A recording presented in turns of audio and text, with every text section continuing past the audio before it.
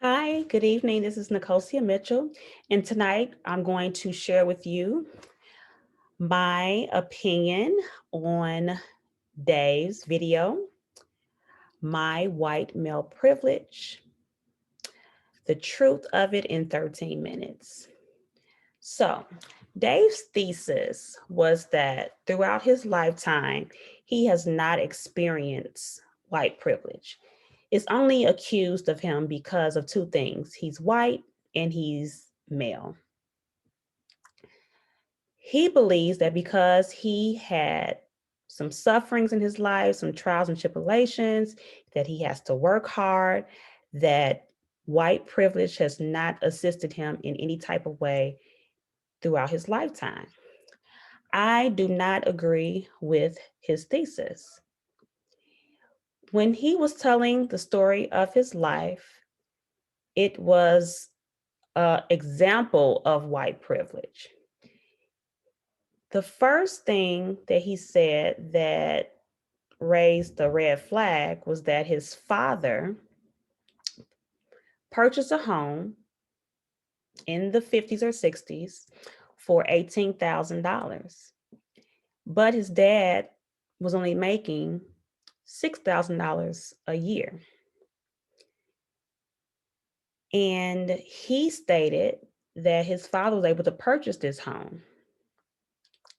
Now, an African American man making only $6,000 a year would not be able to purchase or a home for cash or even get a loan if he's only making $6,000 a year and purchase a home for $18,000. It's historic that African Americans do not receive the same treatment when it comes to loans. And I can't imagine it being any better in the 50s and the 60s. He also stated that his dad worked a factory job and then transitioned into an executive position at Junior Achievement. But he also stated that his father and mother were not college educated. So, how can his dad go from a labor intense job and transition into an executive position for Junior Achievement, which is an educational company, and not have a college degree? This to me is also an example of white privilege because I cannot see an African American man in the 50s and 60s coming from working at a labor intense job and then just transitioning into an executive position at a company that's grounded in education and not have a college degree. So to me, this opportunity was presented because of his white privilege. Now, Dave pulled on our ethos by getting the audience to establish the credentials that he was a painter, he was a hard worker, that he worked hard for what he has. But he told us that his dad, when he passed, left him $10,000. He also told us that he inherited the family home. He also told us that he had investments. And of course, the YouTube videos that he gets income. Those are multiple streams of income. So he established those credentials with us to let us know that he is a hard worker. But what he did not realize that even by saying that his dad gave him $10,000 and he bought a RV with that money, he reinvested in what is considered property, that was a part of his white privilege. In the past, I have worked as a licensed life insurance person, and I worked with death benefits.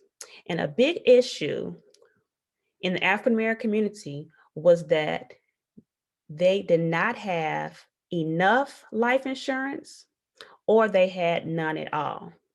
So the fact that his dad gave him this foundation of the $10,000 as at his death is an example of privilege. He spoke about life as a teenager.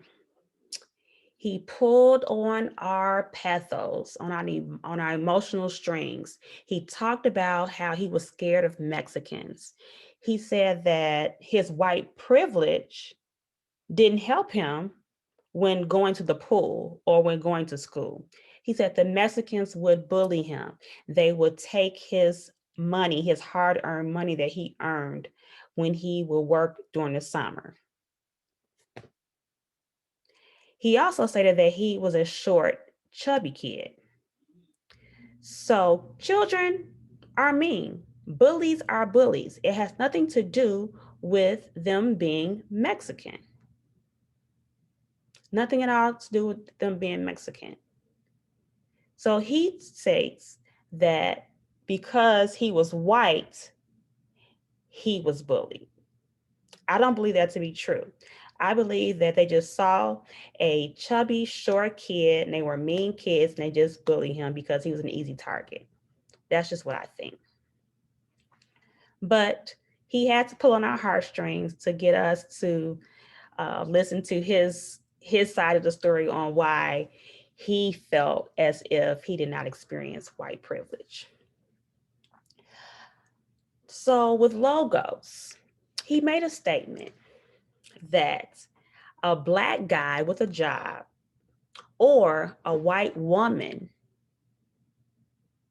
that was a teacher would be better off in retirement than he would be.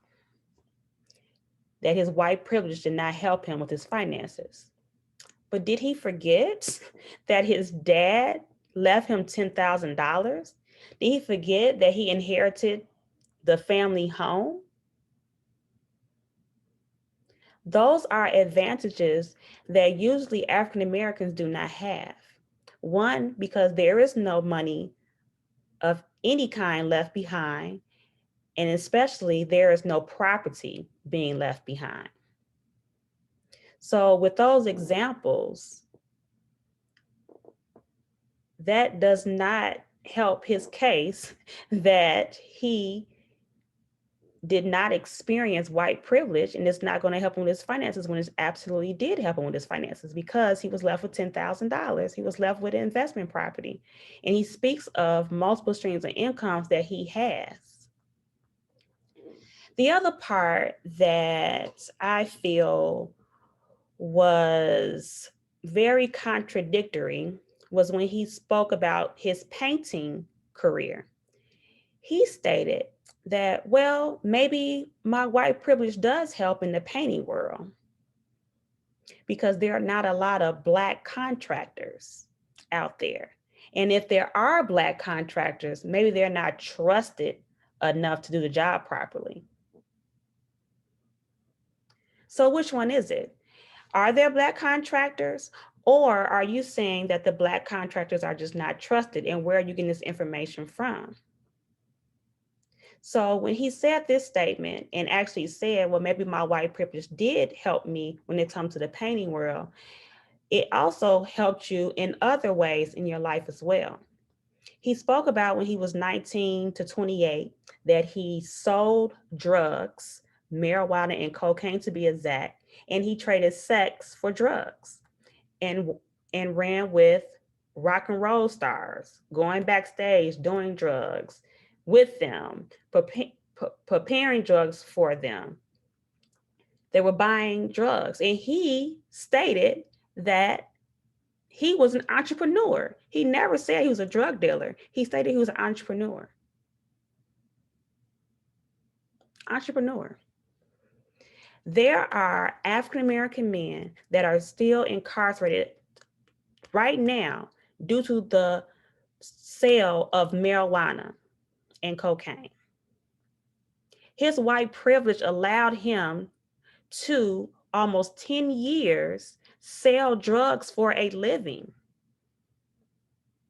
For over 10 years, he sold drugs for a living and called it entrepreneurship. This is an example of white privilege. If he was Black, he would not be hanging out, doing drugs, selling drugs to rock stars backstage having sex, drinking alcohol, smoking weed, snorting cocaine. So this was an example of his white privilege. So his argument was not convincing at all. I do not believe that he actually believes that his white privilege has not been asserted through his lifetime. I don't believe that. I don't think that he believes that. But for the sake of the video, he wants us to know that if you work hard and mind your business, then you too can live a good life. But he needs to understand that for black and brown people, that there is another layer to that we have to work harder. We have to do more in order to get on the same playing field. Thank you for listening. Good night.